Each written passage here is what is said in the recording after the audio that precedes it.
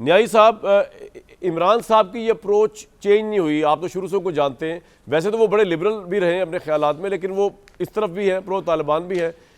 اس وقت کیا ہونا چاہیے آپ کے خیال میں؟ جو اویس صاحب کہہ رہے ہیں کہ ان کے ساتھ انگیجمنٹ کی جائے، یا ہمیں اینٹ کا جواب، پتھر کا جواب اینٹ سے دینا چاہیے جو ہم دے رہے ہیں، اور ہم کو سمجھایا بھی بہت ہے لیکن وہ کو سمجھ نہیں آیا افغانستان کی گورنمنٹ کو وہاں کی. کامران ان آل فیئرنیس سر، عمران بنیادی طور پہ جو اس کی کور آئیڈیالوجی ہے وہ کنزرویٹو ہے. اچھا، یہ ٹھیک ہے کہ کئی بندے جو ہوتے ہیں ان کے اندر تضادات ہوتے ہیں. عمران میں شاید ضرورت سے زیادہ ہی تضادات ہیں، کیونکہ وہ باوجود کنزرویٹو کے وہ لائف شاید اپنی اس طریقے سے پریکٹیکل ایگزیکیوٹ نہیں کر سکا، نہ رہ سکا ہے. پہلی بات. دوسری بات یہ کہ عمران خان سے زیادہ کسی کو نہیں پتا کہ جب وہ ڈرون کے خلاف مارچ کر رہے تھے اور ہم نے ٹانک گئے تھے، ایک بار آپ کو یاد ہوگا 2012 اپریل کی بات ہے جی، تو یہ سارا مارچ ہماری اسٹیبلشمنٹ نے ہی ارینج کرایا تھا، کیونکہ وہ یہ چاہتے تھے کہ پریشر ہو. دیکھو ریاستوں کی جو مجبوریاں ہوتی ہیں نا، وہ اس کی کمپریہنشن جو ہے وہ نہ مجھے ہے یہاں پہ، نہ مصدق صاحب کو ہے، نہ اویس صاحب کو ہے، نہ آپ کو ہے. وہ میں لیکن مجھے ہمیشہ ہمیں آل آنیسٹی ہمیں اپنی ریاست کے اوپر، ہمیں ابھی اسٹیبلشمنٹ کے اوپر اندھا یقین ہونا چاہیے. بھلے سے وہ بلنڈر کریں اور کریں گے، اور وہ ہمیں بھگتنے ہوں گے، کیونکہ اچھی چیزیں بھی ہم بھگتے ہیں. انسان جب بہت بڑے ڈیسیژن لیتا ہے تو بڑے رسکی ہوتے ہیں. لیکن میرا خیال ہے کہ جس طرح جو ہے نا، جن حالات میں کہ آپ کو قدم پھونک پھونک کے رکھنا ہے، ایک ملک میں آپ نے آپٹکس کیا دینے ہیں، اندر کیا ہے.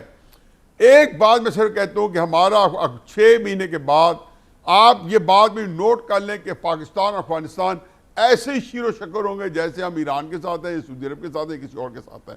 اچھا، شام کے اوپر یہ جو گروپس ہیں، ٹیررسٹ گروپ تھے، ان کے قبضے کے بعد افغانستان کی حکومت پچھلے 1 سال سے بڑی ایک عجیب و غریب چیز صورتحال سے دوچار ہے، اور پاکستان کو اس کا پورا اندازہ ہے.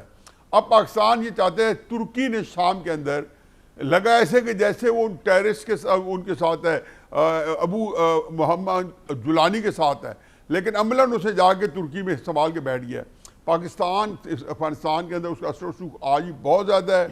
5-7 دن پہلے بھی ہم ان کے ساتھ بیٹھے تھے، ہماری سارا معاملہ فیملی ہو رہی تھی، بڑے بڑے ایشو پہ مائکرو لیول پہ. صاحب افریدی صاحب اپنا ٹینور پورا کر رہے ہیں. میرا خیال ہے کہ سہیل افریدی اپنا ٹینور بالکل میرا خیال ہے کہ اگر سہیل افریدی نے بطل حریت بنانے کی کوشش کی تھی تو وہ لکھا نہیں ہوتا سڑکوں کے اوپر، تیز چلو گے جلد مرو گے. جی جی جی جی، تو یہ بس تیز چلیں گے تو جلد مریں گے ان کی. اور میں آج تک اس بارے میں میری بالکل ایک میرا عقیدہ ہے کہ کوئی بندہ اسٹیبلشمنٹ کے ساتھ سامنے ہو کے، چاہے میں ہوں چاہے کوئی اور، وہ نہیں کر سکتے، کیونکہ بیگیج ہوتا ہے، اور اسی بیگیج کو ہماری ریاست جو ہے پچھلے 70 سال سے بلیک میل کرتی آئی ہے. رائٹ سر، آپ کا پوائنٹ آ گیا. عمران خان کو، بھٹو صاحب کا میں مثال دیتا ہوں کہ اس کو ٹاکنگ پوائنٹ بنا دیا. سہیل افریدی صاحب جو ہے وہ ان کو ایک دفعہ انہوں نے آئینے دکھایا، اسی دن ڈھیر ہو جائیں گے اور پھر کہیں گے کہ جی بس مجھے اپنی عزت دے، سعادات بتانے دے، میں یہ بھی کر لوں گا. اور سعادات میرا خیال ہے کہ وہ بھی امین گنڈپور کی طرح ڈیفرنٹ سٹائل میں وکٹ کے دونوں طرف کھیلیں گے. وکٹ کے دونوں طرف کھیلیں گے. مجھے مشکل لگ رہا ہے کیونکہ ان کو اس سے ڈیفرنٹ وجہ سے بنایا گیا. مجھے لگتا ہے وہ پنگا لیں گے اور ان کی اقتدار جو ہے پتہ نہیں 5 سال پورے کرے گا. کامران آنکھ کھل جائے گی، آنکھ کھل جائے گی. اچھا کامران ابھی تک پوائنٹ آ گیا سر. کھل جائے گی. کوئکلی مصدق صاحب کوئکلی ایک سوال کا جواب دیجیے گا بریک سے پہلے.